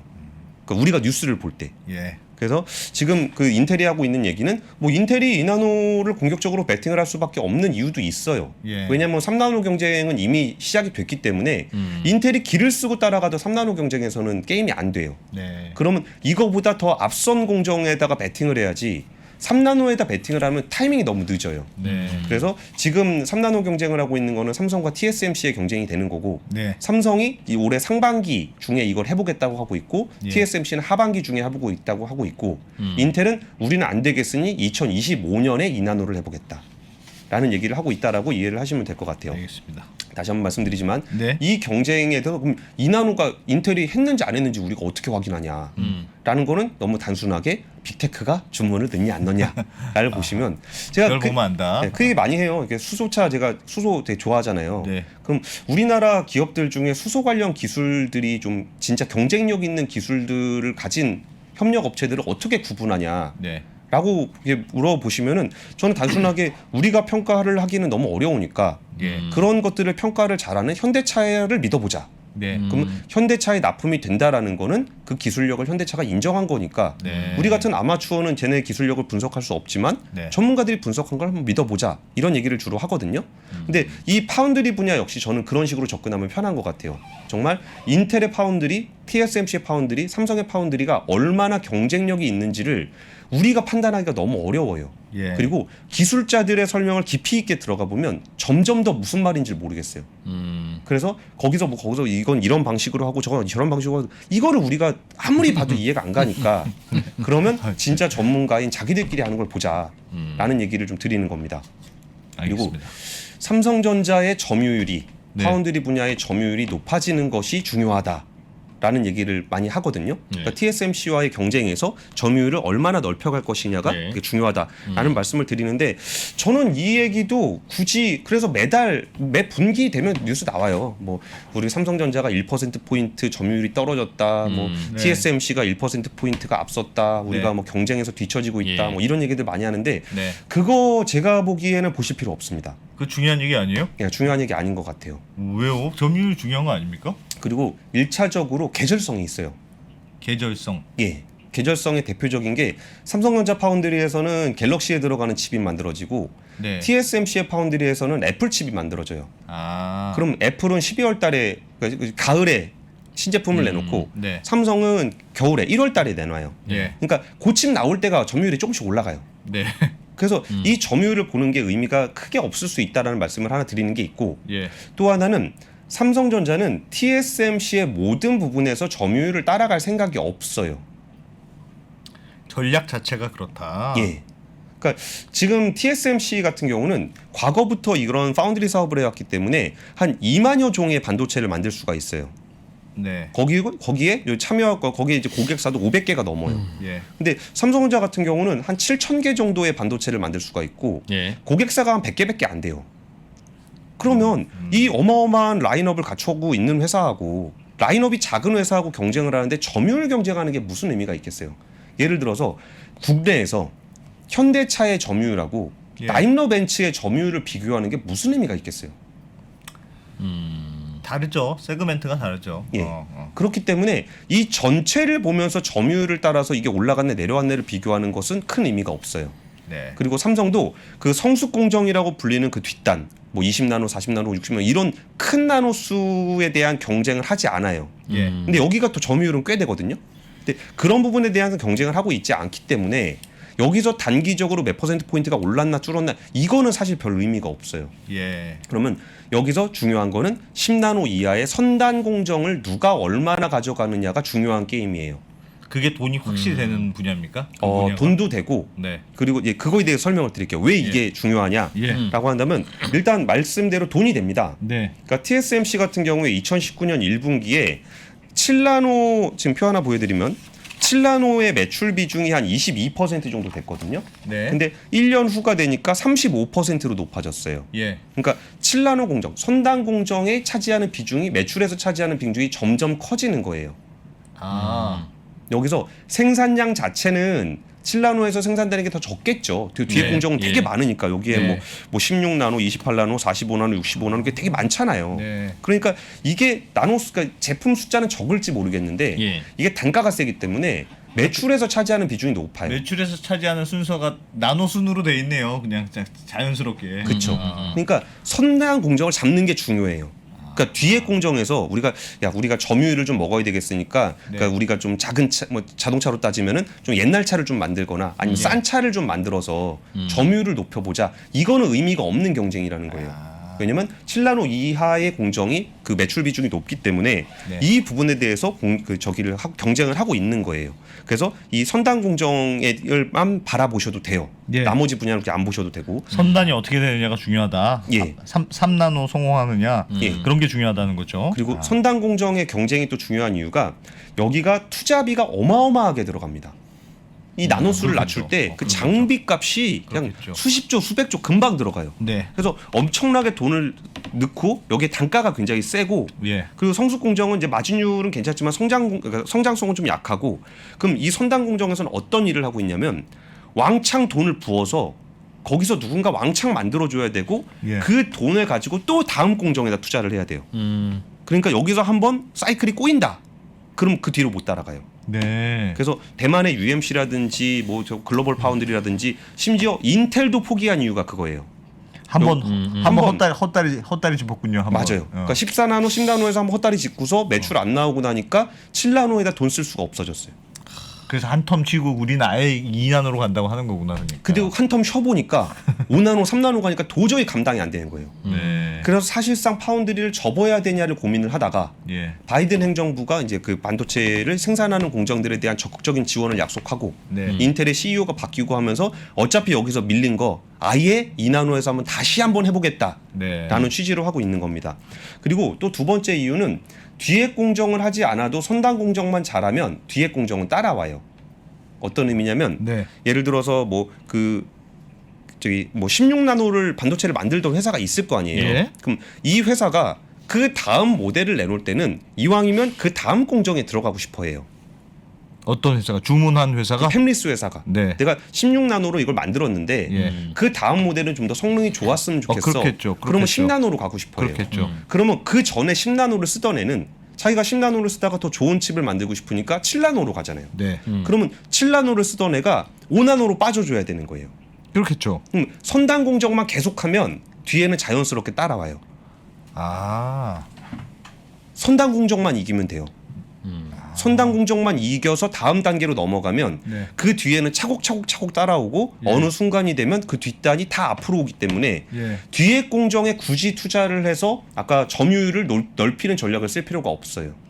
아, 그렇겠네요. 선당 공정을 투자를 해서 그걸 왕창 또 매출을 일으켜. 예. 그리고 그 다음 단계로 진행되면 그건 뒤로 빼서 자 그럼 조금 옛날 거 여기서 만드시면 됩니다. 그게 없어지는 게 아니니까. 그쵸. 그런 식으로 쭉 계속 남아 있게 된다 이 말이죠. 예. 아. 그리고 이게 첨단 공정을 반드시 해야 되는 반도체 회사가 그렇게 많지는 않아요. 네. 그러니까 그 다른 회사들은 약간 좀 나노수가 크고 성능이 좀 떨어지는 반도체도 그냥 써요. 뭐 네. 차량용 반도체가 대표적이죠. 예. 그럼 그런 회사에서 조금 개선한다 그러면 그 다음 공정으로 가면 되는 거거든요. 예. 그러니까 굳이 이 공정을 투자를 하는 파운드리를 하는 삼성전자 후발주자 입장에서는 굳이 점유율을 넓히기 위해서 뒤에 공정을 할 필요가 없다. 그러면 이들의 경쟁은 어디서 이루어지냐? 선단 공정에서만 이루어진다. 예. 라는 거고. 그리고 아까 제가 이제 그러면 얘네가 잘했나 못했나를 보려면은 이제 고객사가 중요하다는 말씀을 드렸잖아요. 네. 근데 뉴스를 보다 보면은 뭐 예를 들어서 뭐 NXP가 어디에 그 저기 뭐 파운드리 삼성 파운드리를 이용한다. 이런 뉴스 본 적 있으세요? 없어요. 그런 뉴스 안 나와요. 네. 그러니까 뭐 예를 들어 전력 반도체를 뭐 누구 파운드리에서 한다더라. 이런 뉴스 안 나옵니다. 네. 다 비밀이죠, 그거. 아, 비밀이라서 그런 게 아니라 네. 별 의미가 없어서 그래요. 아, 의미가 없어서. 예. 네. 왜냐하면 왜인지 말씀드리면 선단 공정이 제일 중요하고 선단 공정이 제일 비싸요. 예. 그럼 이 제일 비쌌는데 여기에 엄청난 양을 만들어야 되거든요. 네. 그러면 이 엄청난 선단 공정에 필요한 첨단 반도체를 대규모로 사용할 수 있는 업체가 거의 없어요. 그러니까 우리가 고객들을 볼 때 예. 제가 아까 잘하고 있는지 보려면 고객을 보는 게 제일 쉽다라고 네. 말씀드렸는데 그러면 어느 고객이 뭐 하는 줄 어떻게 알아? 예. 할 수 있는데 고객이 그냥 좁게 따지면 6개만 보면 돼요. 애플 뭐 이렇게만 보면 되는 거예요? 예, 예. 아. 그러니까 그런 첨단 반도체를 누가 쓰냐? 네. 일단 전 세계적으로 스마트폰을 제일 많이 만드는 회사. 네. 애플, 뭐, 삼성. 예. 그리고 통신칩을 만드는 퀄컴. 네. 그리고 엔비디아. GPU를 굉장히 많이 쓰잖아요. 예. 그럼 엔비디아. 그리고 CPU를 많이 만드는 AMD. 그리고 인텔은 직접 만들기 때문에 없어요. 예. 그럼 여기서 6개 회사만 보면 되는 거고 예. 그럼 이 중에 누가 뭐 하는지만 보면 되기 때문에 그럼 지금 말씀드렸던 5개 회사, 뭐 인텔 6개 회사, 요 회사가 주문을 넣냐 안 넣냐만 보시면 네. 이게 삼성전자 파운드리가 잘하고 있구나. 아하. TSMC 파운드리가 잘하고 있구나. 이거를 확인하실 수 있다는 거예요. 굳이 다 볼 필요 없다. 라는 것만 말씀을 좀 드릴게요. 알겠습니다. 네. 그럼 그 다음에는 이제 3나노 경쟁을 지금 하고 있다라고 말씀을 드렸는데 예. 네. 그러면 3나노에서 누가 주문을 넣을 것인가? 지금 누가? 아직 주문된 데가 없어요. 3나노는. 예. 그러면 삼성전자가 3나노를 성공적으로 잘 했다라는 징표인 네. 주문을 네. 누가 넣을 것인가를 보는 건데 여기서 그 숫자를 또 딱 걸러내고 나면 또 몇 개가 안 남아요. 예를 들면 예. 애플은 삼성에다가 물량 안 줍니다. 그러겠죠. 예, 원래 삼성 거 쓰다가 TSMC로 옮겨갔고 예. TSMC는 애플한테 최우선으로 자신들의 첨단 공정을 배분을 해주기 때문에 네. 굳이 애플은 삼성에다 절대 안 줘요. 그럼 애플을 뺄게요. 네. 애플이 빼. 빠졌고 어.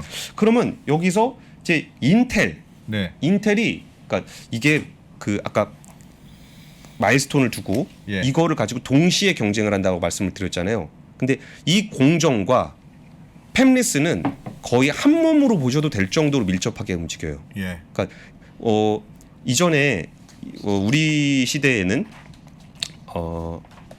인텔이 CPU계의 거의 뭐 왕. 그랬죠. 예.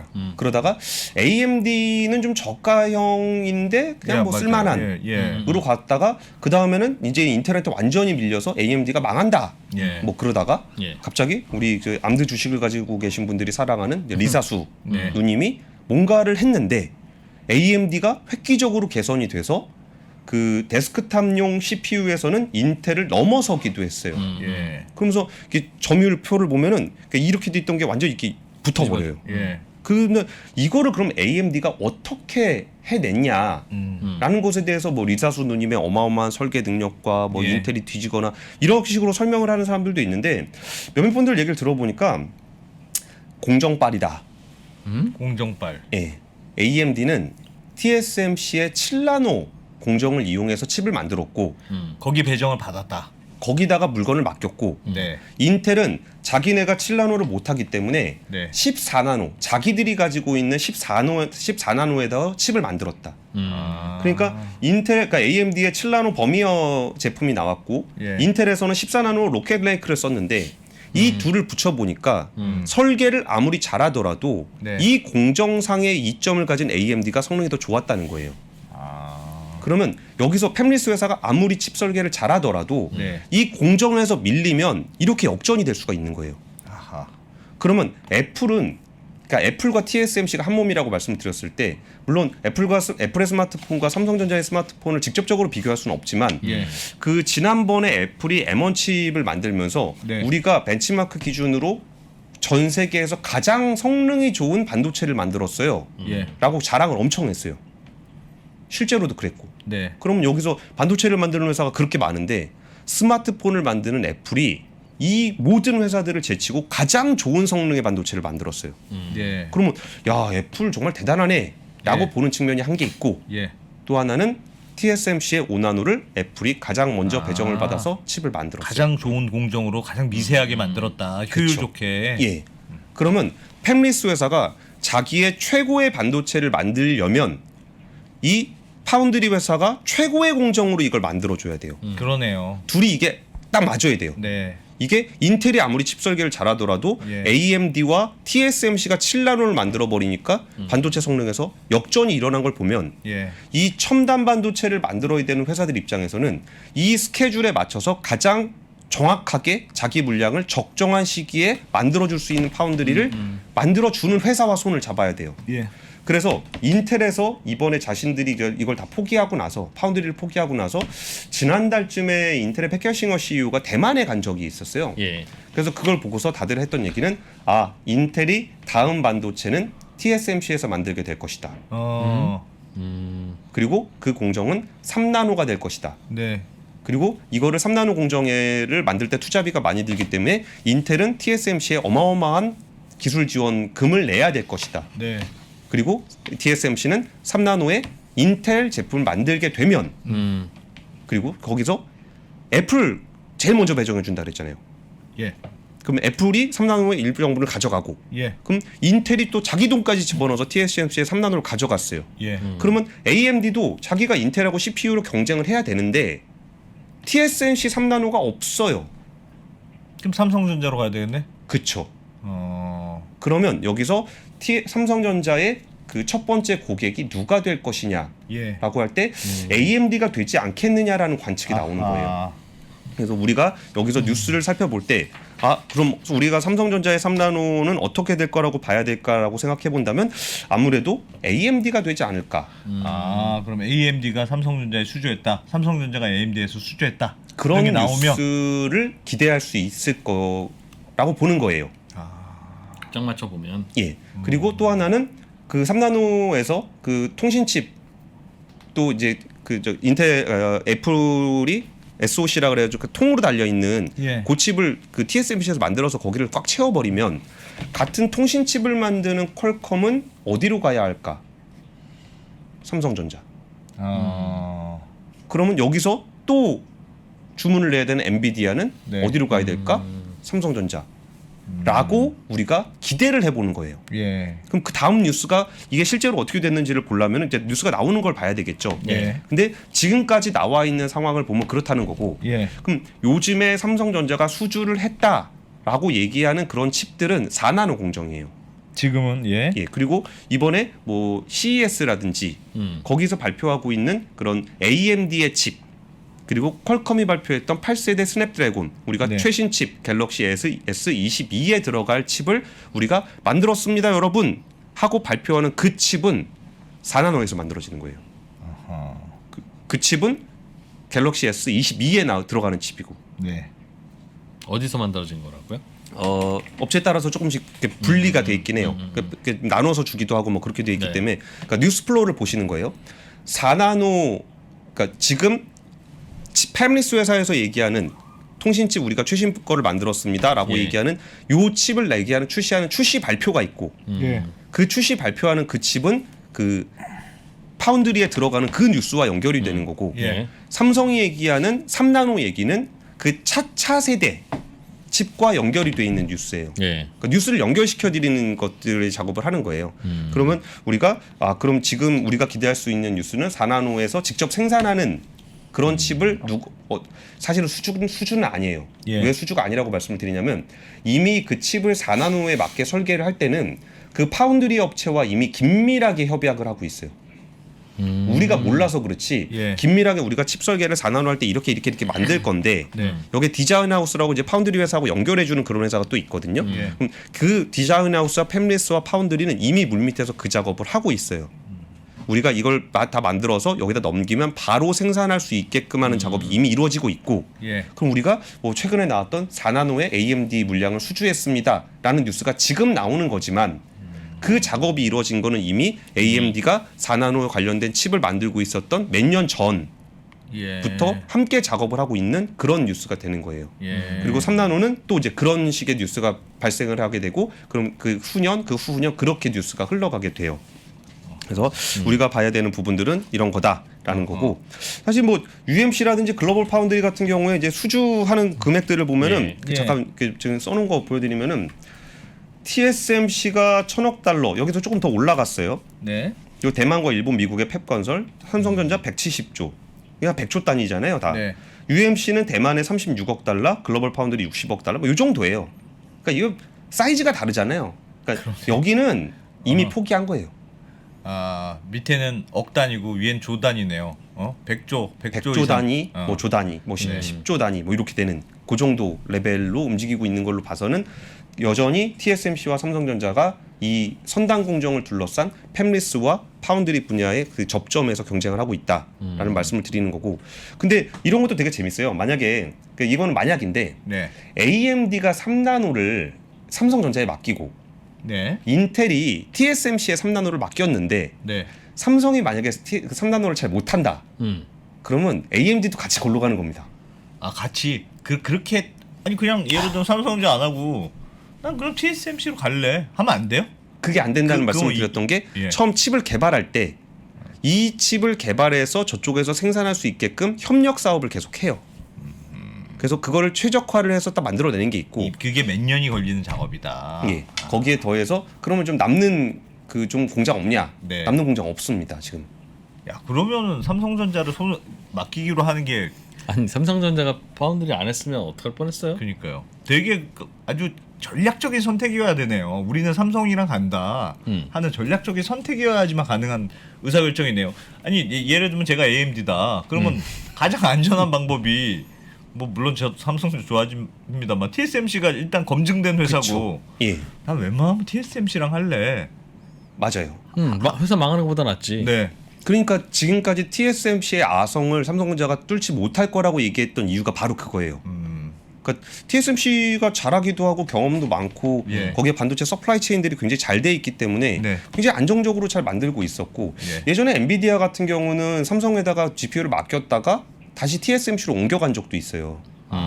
그걸 보고서 다른 사람들 그러니까 우리가 왜 그랬는지를 구체적으로 얘기하진 않지만 예. 뭔가 좀 문제가 있었구나 라는 생각을 뭔가 했어요. 마음에 안 들었어요. 뭐 예. 수율이 잘 안 나올 수도 있고 네. 이게 뭐 칩을 이렇게 만들어주면은 거기에 웨이퍼 있으면 거기 막 칩이 있잖아요. 예. 그걸 통으로 주는데 수율이 만약에 떨어지면 이거는 다 팹리스 회사가 감당을 해야 되는 거고 엔비디아가 GPU에서 압도적이긴 하지만 그래도 AMD라는 경쟁자가 있거든요.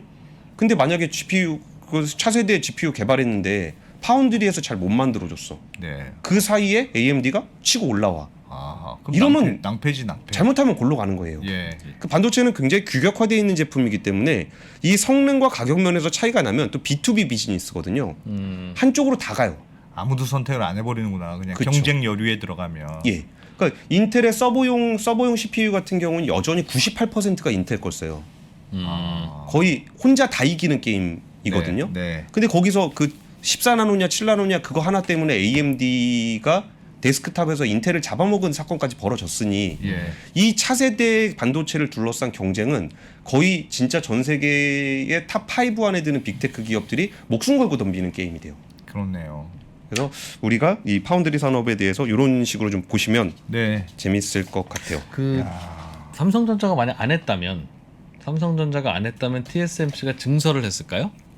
증설은 계속 했을 거고 예. 그 정도 물량이 안 되니까 쇼티지가 계속 났을 거예요. 쇼티지가 났으면 원하는 물량들을 다 못 만들었을 것이다. 그렇죠. 예. 그것도 그렇고 저는 계속 들으면서 궁금한 게 인텔이 이제 물론 바이든 정부에서 미국의 반도체를 만들어라 하는 이제 전략적인 뭐 지정학적인 그런 수요도 있었겠으나 예. 어쨌든 인텔이라는 그동안 수요 경쟁에서 이렇게 확 어느 순간 밀려나 버렸잖아요. 예, 그래서 예. TSMC가 원탑, 그 뒤에 삼성전자, 나머지는 뭐 원어브댐 이렇게만 있었는데 이제 와서 한다는 게 현실적으로 이게 가능한 전략적 선택인가? 그러니까 그 부분이 그래서 다들 사실 인텔은 뭐 뻥카야, 뭐 인텔 2나노 믿지 마, 뭐 이렇게 많이 나오잖아요. 삼성전자에도 그런 식으로 많이 얘기를 하던데 예, 예. 그게 가능한 건지 아니면 이미 이제 게임이 끝났는데 그냥 최후의 발악을 하는 건지. 그러니까 이 부분이 그 변곡점이 파운드리 사업에 몇 번이 있어요. 그러니까 예를 들면 삼성전자가 처음에 자신들이 파운드리를 사업화하겠다라고 선언을 했던 네. 그 시점에는 뭐가 있었냐면은 이게 뭐 기술 이름까지 다 아실 필요는 없지만 7나노 공정에서 EUV 공정을 삼성전자가 처음으로 도입을 했어요. 네, 그 미세한 비싸주는 거 그거. 예. 예. 그리고 DUV랑은 조금 공정 방식은 다른데 예. 우리가 더 좋은 공정에서 만들어 드릴 테니 네. 최고의 팹리스 회사들이 자기한테 주문을 달라 그런 거예요. 네. 그러니까 우리 공정에서 만들면 TSMC 공정에서 만드는 회사 이길 수 있습니다. 라고 삼성전자가 라고 얘기했다. 얘기하면서 깃발을 딱 올리고 예. EUV 공정을 처음으로 도입을 하고 여기에 이 당시에 뭐 2018년 하반기 뭐 해가지고 100조 뭐 이 얘기했던 게 이때거든요. 네. 그러니까 이걸로 한번 우리가 TSMC를 잡아보겠다. 예. 그러니까 아까 말씀드렸던 게 그 뒷단에 있는 거 되게 많은 그 점유율을 다 이길 필요가 없다라고 말씀을 드렸잖아요. 네. 그러니까 제일 앞에 있는 선당 공정에서 한 번 이기는 게 생각보다 되게 중요해요. 예. 근데 그 당시에 2017년에 7나노 공정에서 우리가 세계 최초 EUV 공정 도입해서 하겠습니다, 여러분 하고 했다가 다 외면당했죠.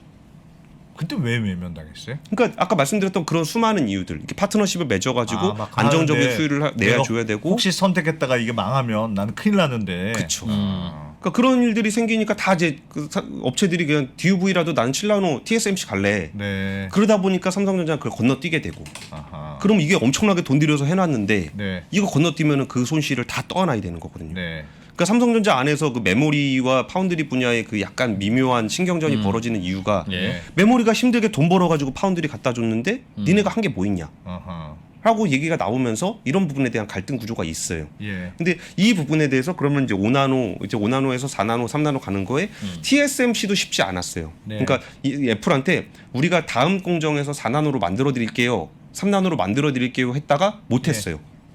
그랬고 실제로 그 어떤 방식을 썼냐면 그 최근에 나왔던 그 애플의 반도체가 모양이 이렇게 돼 있다면은 네. 사이즈가 커졌어요. 네. 원래 이거 사이즈 그대로 해서 나노수를 줄여가지고 그 다음 모델을 만들어주기로 했거든요. 네. 근데 TSMC가 그 공정을 못 만들었어요. 어. 그래가지고 이 똑같은 사이즈에서 못 만드니까 사이즈를 좀 더 키워서 성능을 높였어요. 그러니까 TSMC도 이제 4나노, 3나노 가는 데서 굉장히 어려움을 겪어요. 예. 근데 여기서 진짜 이걸 사이즈 작게 하는 구조에서 그 정도 성능을 내는 거를 삼성전자가 해내고 예. 거기에 뭐 퀄컴이라든지 미디어텍 같은 통신칩을 만드는 회사가 여기서 인정을 받는다. 네. 그리고 이걸 기반으로 해서 뭐 스마트폰이 잘 팔린다거나 아니면 중국이라든지 다른 스마트폰 회사들이 이걸 또 구매한다거나 이러면 경쟁 구도가 달라질 수 있거든요. 그래서 웬만하면 안 바꾸고 싶어 하고 예. 웬만하면 오랫동안 파트너십 맺고 싶어 해요. 근데 지금 이 경쟁이 너무나 치열하고 할 수 있는 업체가 한정적이다 보니까 예. 이거는 목숨 걸고 할 수밖에 없는 상황이 돼버렸어요. 그래서 우리가 이 다음에 삼성전자가 그 다음 그 몇 년간의 수모를 겪으면서 물론 예. 물량들은 있어요. 이게 파운드리가 쇼티지기 때문에 예. 물량은 꾸준하게 계속 있는데 여기서 TSMC를 따라잡을 수 있다라고 할 수 있는 포인트는 없었어요. 예. 그러다가 3나노에 갔더니 예. 그 TSMC가 그 잘하는 핀팩 공정이 안 먹히더라. 아. 그러면 3나노에서는 우리가 게이트 올라운드를 먼저 도입을 하고 여기서 MBC 팻이라는 자기가 독자적인 설계 기술을 한 다음 네. 이거를 먼저 해볼 테니 이걸로 한번 승부를 봐보자. 그러면 4년 거의 한 5년 만에 다시 승부수를 띄운 거예요. 네. 그래서 이게 3나노가 중요하다라고 말씀드리는 이유가 이거예요. 여기서 만약에 삼성전자가 TSMC를 이긴다라는 개념, TSMC를 네. 이긴다는 개념은 다른 빅테크들이 삼성전자한테 주문을 주고 예. 그리고 그 주문을 통해서 나온 칩을 바탕으로 해서 이 빅테크 회사들이 이긴다 시장에서 예. 점유율을 키운다. 예. 그러면 삼성전자가 이긴 거예요. 아, 지금 되게 중요한 국면에 있는 거군요. 우리가. 그렇죠. 그래서 뭐 잘 될지 안 될지 그거는 잘 모르겠으나 개인적으로 어떻게 예상해요? 뭐 잘 됐으면 좋겠다는 바람이죠. 그리고서 아까 전에 그 인텔 얘기는 뭐냐? 예. 그러면 인텔은 여기 3나노 경쟁까지는 끼질 못하게 됐으니 네. 그 다음 승부수에서 우리가 한번 껴보겠다. 네. 라고 얘기해서 그 2나노의 2025년을 얘기하는 거예요. 그럼 그 변곡점이 7나노 근데 변곡점에서 뛰어넘고. 그러니까 7나노 줄서선 답이 변곡점에서 없으니. 네. 7나노 변곡점에서 인텔 탈락, 네. 삼성전자 실패, 네. 3나노 경쟁에 다시 재도전, 네. TSMC와 1대1, 네. 인텔은 2나노 공정에서 다시 한번 참여를 해보겠다라는 그 파운드리의 변곡점들이 있는 겁니다. 그리고 여기서 그 뭐 굳이 우리가 희망회로 네. 애국심을 가지고 희망회로를 좀 돌려보면 네. 이전에 삼성전자의 파운드리에 왜 칩을 안 맡기냐라는 네. 얘기를 하면서 삼성전자가 너무 이것저것 많이 하니까 그렇다라는 비판들이 많이 나왔었어요. 그러니까 이게 왜 실패했냐라고 예. 얘기할 때 좀 제가 만난 기술 전문가들은 삼성이 잘 못해서 그런다. 네. 라고 얘기를 했어요. 좀 그 말이 무슨 의미인지는 모르겠는데 네. 뭐 삼성이 잘 못해서 그런다. 네. 그 팹리스 회사들이 원하는 만큼의 성능과 수율을 못 맞췄다라고 네. 얘기를 하고 있는 게 있고 또 다른 그 외곽에서 볼 때 좀 이해하기 쉽게 볼 때 아니 퀄컴은 통신칩을 만드는 회사인데 네. 엑시노스라는 통신칩을 만드는 회사에다가 그 물량을 맡기겠느냐. 그러니까 그런 고객사 입장에서 늘 그런 불안감이 있을 것 같아요. 얘는 결국 경쟁사 아니야. 그렇죠. 스마트폰 만들고 예. 뭐 다 만드는데 예. 아무리 안 간다고 칸막이가 있다고 하더라도 진짜 물량 어. 없어서 혹시나 배워가는 거 아닐까? 아무- 그런 걱정이 정말 있겠죠. 줄 데 없을 때나 주겠죠. 그렇죠. 이제 그것 때문에 삼성 파운드리를 이제 분리를 해야 된다라고 네. 얘기도 나왔었고 이게 애플은 약간 그런 이유 때문에라도 TSMC로 간 것 같아요. 네. 2013년인가 갔는데 그때 이후에 그 뭐 특허 7년 전쟁 막 이런 거 있잖아요. 예. 그런 게 그때 시점에 집중적으로 이루어졌어요. 애플과 삼성전자의 갈등이 특허 경쟁뿐만이 아니라 파운드리를 더 이상 물량을 맡기지 않았고 예. 그러면 그 당시에 애플 물량이 삼성 파운드리에서 차지하는 비중이 제일 컸는데 네. 애플이 한 번에 빠져나가 버리니까 삼성은 파운드리를 아예 접어야 되는 거 아니냐 이런 판단도 얘기가 나왔던 게 그 시점이었거든요. 예. 그러면서 삼성전자는 뭐 그 노트북도 만들고 뭐 통신칩도 만들고 뭐 이것도 만들고 저것도 만들고 다 만드니까 너네는 안 돼. 라는 것들이 좀 있었거든요. 근데 최근에 나오는 흐름들을 보면은 좀 특이하게 보여지는 그 밑밥들 중에 그 삼성전자의 엑시노스 칩이 예. GPU가 좀 약하다라는 평가를 계속 받아왔거든요. 아, 암에서 그래요? 만든 GPU를 계속 써왔는데 네. 여기서 좀 GPU가 좀 약하다라는 평가를 받다가 이번에 새로 나오는 모델에서 그 AMD의 GPU를 쓰기로 했어요. 예. 근데 AMD의 GPU, 그러니까 원래 GPU는 엔비디아가 잘 만들잖아요. 그렇죠. 그럼 AMD도 약간의 좀 후발주자인데 굳이 삼성전자가 자기가 쓰던 GPU를 빼고 그 AMD가 이번에 새로 만드는 라이젠 7000 시리즈 라이젠 7000 시리즈가 아니라 그 왜 AMD의 크롬 GPU를 네. 엑시노스에 넣어줄까? 굳이 쓰느냐? 예. 그런 뉴스가 나왔거든요. 예. 그러면 이제 앞으로 엑시노스는 뭐 AMD와 함께한다, 합작해서 만든다 이런 네. 뉴스가 하나 나왔고 예.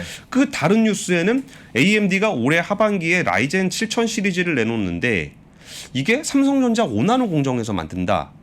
그리고 크롬북 CPU를 만드는데 삼성전자 4나노에다 맡기는 것을 검토하겠다라는 네. 뉴스가 나왔어요. 예. 그럼 이 두 가지 뉴스가 과연 분리돼 있는 걸까?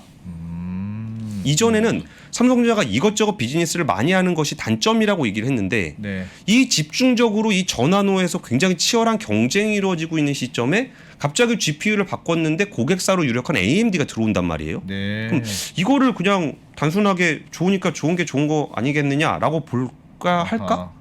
라는 게 하나 있고 예. 또 하나는 삼성전자 엑시노스 2200을 삼성전자 4나노에서 만들거든요. 예. 그럼 이거는 엑시노스를 써주는 데는 거의 없어요. 갤럭시밖에 없어요. 예. 근데 갤럭시 S22의 절반 정도는 퀄컴이 만드는 스냅드래곤 8이 들어간다. 이런 뉴스가 나와요. 예. 그러면 그 다음 차세대 파운드리를 어디로 선택할 것이냐. 지금 TSMC 쪽은 약간 물량이 차 있는 것 같은데 예. 퀄컴이 여기다 3나노를 맡겨줄 수도 있지 않을까라고 좀 기대를 하고 있는데 아하. 통신칩의 절반을 퀄컴 거를 받아준다. 아. 이 뉴스가 서로 아무 근거 없이 연결고리가 없는 걸까? 아하. 라는 고민을 하게 되는 부분들이 있어요. 예. 그래서 그러면 3나노에서 빅테크 5개 중에 삼성전자가 AMD, 퀄컴, 일부 예. GPU엔 엔비디아 물량을 좀 어느 정도 받아온다면 예. 3나노에서 삼성전자가 추구하고 있는 TSMC를 역전해 보겠다는 전략. 예. 역전해 보겠다는 전략이 점유율 전체를 얘기하는 게 아닙니다. 예. 그러니까 3나노에서만 예. 그리고 3나노에서만 경쟁을 보시면 된다고 말씀드렸고 예. 여기서 한 번 정도 이길 수 있는 기회가 생길 수도 있지 않을까라는 기대를 하고 있는 거예요. 그 뉴스를 통해서 예. 아. 야, 재밌네요. 그러니까 되게 진한하게 되게 말씀을 드렸는데 네. 네. 결국 이제 우리가 어떤 뉴스를 볼 것인가라는 것에 대한 결론을 네. 갑자기 삼성전 퀄컴이 스냅드래곤 8을 지난해 말에 발표를 하면서 이 좋은 칩 되게 좋아요 막 얘기하면서 예. 예. 이 칩은 삼성전자 갤럭시에 들어갈 거예요라고 얘기를 했는데 예. 그 뉴스를 보면서 우리는 혹시 차세대 모델은 네. 삼성전자 파운드리에 맡기는 작업을 퀄컴이랑 같이 하지 않을까? 그런 기대감을 하게 된다. 그렇죠. 아닐 가능성은 아닐 가능성은 뭐 대봐야 아는 거죠. 네. 물론 아닐 가능성도 있다. 이게 뭐 물론 이게 아닐 가능성도 있으나 이게 삼성전자가 그러니까 네. TSMC가 이게 짬밥에서 나오는 바이브가 장난 아닙니다. 그러니까 아까 말씀드렸던 것처럼 삼성전자에다가 올인해서 자신들의 칩을 다 맡길 수 있는 용기를 내기가 쉽지 않아요. 그렇겠죠. 이게 단순히 삼성전자한테 물량 준다는 개념 정도가 아니고 예.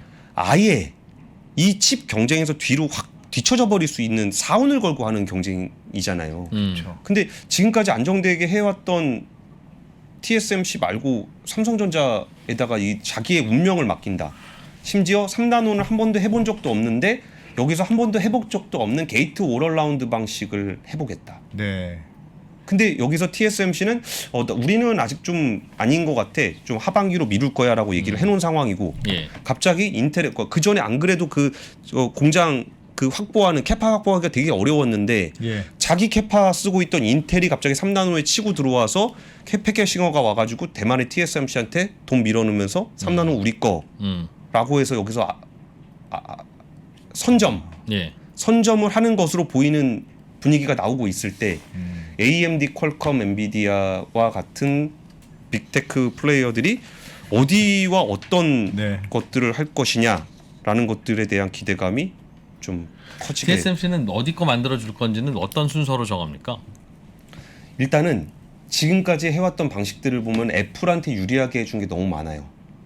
최고 일단 애플 거 해주고. 고객사니까 일단 애플 거 무조건 일단 애플 해주고. 먼저 그러니까 그 1순위. 다음 순서를 무슨 그러니까 번호 그 전까지는 편지 다 해줬다니까요. AMD도 해주고 뭣도 해주고 다 했는데 네. 여기서 인텔 들어왔잖아요. 네. 예. 근데 인텔 들어올 때 그러면 이거가 어느 공정을 하느냐가 거의 그 기업의 사활이 걸려 있는 문제라고 말씀드렸잖아요. 예. 이게 또 어떻게 얽히냐면은 ASML 장비 사기 어려운 거 아시죠? 네. 줄 서간다면서요. 네, 비싸서가 아니라 네. 물량을 만들 수가 없어서. 네. 그럼 여기서 누구한테 먼저 물량을 줄 것이냐? 이거 굉장히 중요한 이슈거든요. 그러면은 어떤 식의 플레이들을 하냐면은 예를 들어 진짜 이게 예를 든 거예요. 삼성이 인텔의 3나노 걸 만들어 주기로 했다고 해요. 네. 그러면 인텔이랑 삼성이랑 손잡고 가서 ASML을 같이 압박을 해요. 아. 나 인텔 칩 만들어야 되는데 나 지금 네 장비 필요해. 나만 보고 하는 게 아니고 인텔을 봐서라도 네가 좀 해. 인텔 내가 그 ASML이 설득이 잘 안 돼. 예. 인텔 네가 좀 협박해봐. 그리고 여기서 ASML이 차세대 반도체 장비, 2나노에 들어가는 차세대 반도체 장비를 그 TSMC와 삼성전자 같은 지금까지 함께 해왔던 고객이 아니라 인텔에다가 먼저 준다 그랬어요. 예. 그게 이번에 나온 뉴스예요. 맞아요. 그러면 왜 거기다 인텔에다 준다고 했을까라고 봤을 때 저 예. 뒤에서 눈을 부라리고 있는 미국 정부가 눈에 보이는 거죠. 네.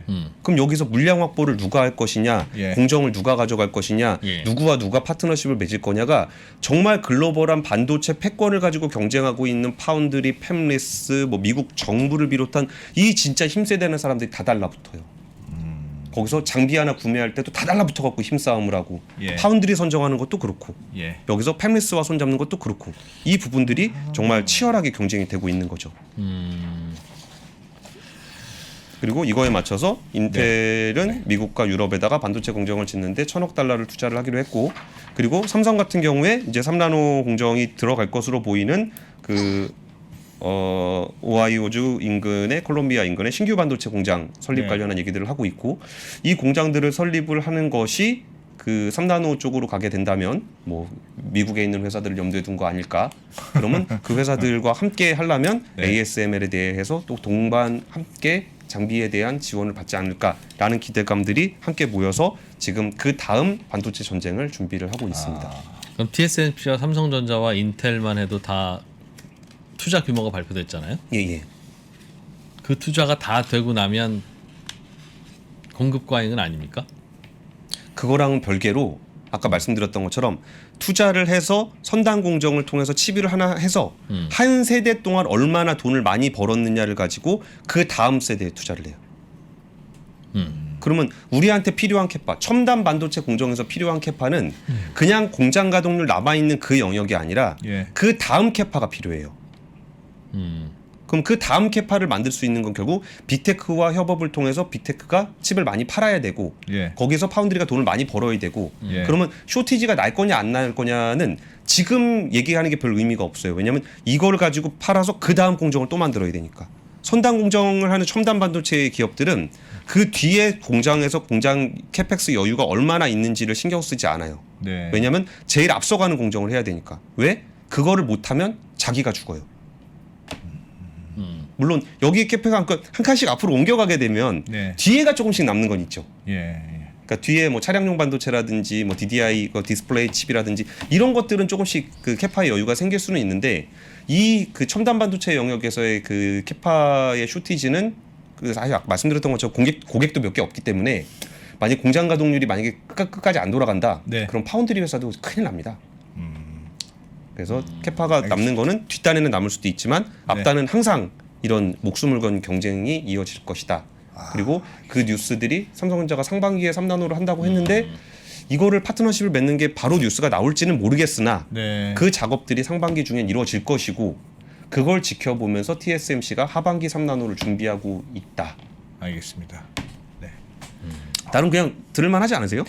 이거 권 기자님은 완전 미괄식이네. 미괄식. 쭉 아니, 뭐 얘기하고 뒤에 제일 끝에 재밌는데 아직도 어. TSMC에는 주문이 밀리고 있다는데 네. 말씀하신 대로 TSMC는 그럼 첨단 공정만 해도 주문이 밀릴 텐데 네. 뒷부분에 구식 공정을 여전히 해가면서 돌려가면서 남을 수도 있는 그걸 그냥 든다는 거잖아요. 그죠? 아 그게 음.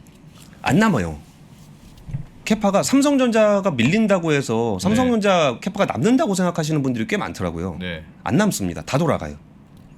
그럼 뭐가 문제예요? 안 남아요. 예, 안 남아요. 증설해야지 얼른. 아니 그 아까 얘기했잖아요. 그거 첨단 공정일수록 매출이 높다.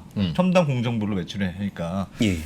노는 게 아니고 얼마나 부가가치가 높은 매출을 받아왔느냐가 중요하다. 그러니까 그 뒷공장을 증설해가지고 캐펙스를 늘리는 거는 경쟁 구도가 아니라니까요. 아까 UMC나 글로벌 파운드리 같은 경우는 그쪽 투자를 하는 거고 삼성전자는 캐파가 꽉 차 있다고 해서 뒤에 캐파를 늘리진 않아요. 네. 그럼 앞에를 증설하는 건데 앞에 공정을 만드는 건데 그거는 혼자 하는 게 아니라 빅테크랑 같이 하는 거라고 말씀드렸잖아요. 예. 그럼 그 경쟁의 로드맵이라는 게 있어요. 그냥 무조건 내가 지금 공장 더 만들 거야, 뭐 증설할 거야 이렇게 가는 게 아니라 이 그 마일스톤에 따라서 그 로드맵에 따라서 전 세계 반도체가 함께 움직이는 거기 때문에 예. 그 변곡점의 시점이 올해라는 거고 이 다음 변곡점은 2025년이 될 거고 예. 이 전 변곡점은 2017년이었다는 거예요. 그 들으면서 딱 하나 몰랐던 게 모르겠는 게 TSMC가 그럼 다 만들어줄 수 있으면 빅테크 기업들이 다 TSMC랑 붙어서 야 우리 것도 만들고 우리 것도 만들고 니 거 다 해주면 되지 않아요? 증설하고 근데 그게 돈이 어마어마하게 들어가거든요. 증설에 그러니까 뭐 하나 만드는데 돈이 어마어마하게 들어가니까 설사 TSMC라고 하더라도 그 어마어마한 장비를 2배로 3배로 늘릴 수도 없을 뿐더러 2배로 3배로 늘렸는데 삼성전자도 거기서 캐파를 같이 늘렸다가 TSMC로 주문이 안 가고 일부가 삼성전자로 간다. 그럼 TSMC도 휘청거려요. 근데 그거는 미리 짜고 하는 거라면서요. 근데 그거를 완벽하게 맞출 수는 없잖아요. 아무래도 이게 고객사들인데. 네. 그럼 고객사들도 양쪽이랑 같이 작업을 하는 거죠. 그렇죠. 그럼 이쪽이랑 작업하고 이쪽이랑 작업하다 뭐 가격 얘기도 하고 수율 잡히는 것도 보고 그다음에 이쪽으로 옮겨갔는데 얘가 옮겨올 거라고 생각해서 어차피 이거 대여섯 개밖에 안 되는 업체를 상대로 하는 선당 공정을 하고 있는데 이거를 내가 이거는 한 4-5개 먹을 수 있을 것 같아서 이만큼 늘렸다가 얘네가 보기에 우리는 뭐 가격 저쪽에 삼성에서 더 좋게 해주는 것 같은데 절로 넘어간다. 예. 그러면은 이쪽에서 돈을 만약에 손실을 많이 보게 되면 그 다음 공정으로 갈 투자비를 마련할 수가 없어요. 야. 그러니까 거의 한 단계 한 단계가 거의 수백조씩 들어가는 규모이기 때문에 그 선택을 쉽게 할 수가 없어요. 알겠습니다. 이거 심지어 이번에 만약에 3나노에서 꼬이면 진짜 아무리 삼성전자가 돈이 많은 회사라고 하더라도 쉽지 않을 수도 있어요. 묘한 비즈니스구나 저게. 네, 네. 와, 진짜 근데 공 기자님은 공부를 많이 하시나 봐. 진짜 대단합니다. 근데 뭐 제가 댓글은 안 봤는데 좀 잘 모르고 하는 얘기 같다 무식하다 그런 얘기 좀 많이 나오지 않았어요? 아닙니다. 야, 제가 뭐 기술적인 설명이나 이런 부분들은 잘 진짜 모르기도 진짜 하고 공부하는 기자네요. 네. 와, 진짜 잘 들었습니다. 저희도 하는 공부는 하는데. 네. 그렇죠? 자, 권순우 기자. 네. 고맙습니다. 이게 시간이 조금 지났는데 네, 좀 많이 지났네요. 오늘 글로벌 라이브 빨리 봐봐야 좋은 얘기 안 나올 것 같아서. 네, 바로 이어가겠습니다. 글로벌 라이브에서 찾아뵙죠. 권순우 기자님 고맙습니다. 예, 감사합니다. 가만히 계십시오. 예, 맞습니다. 그렇게 투자하십시오. 세상의 변화를 애써 무시하십시오.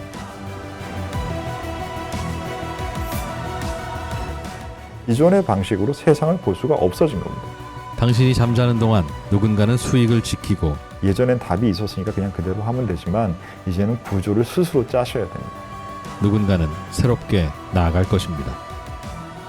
변화하고 싶다면 지금 만나십시오. 오종태의 투자 신세계.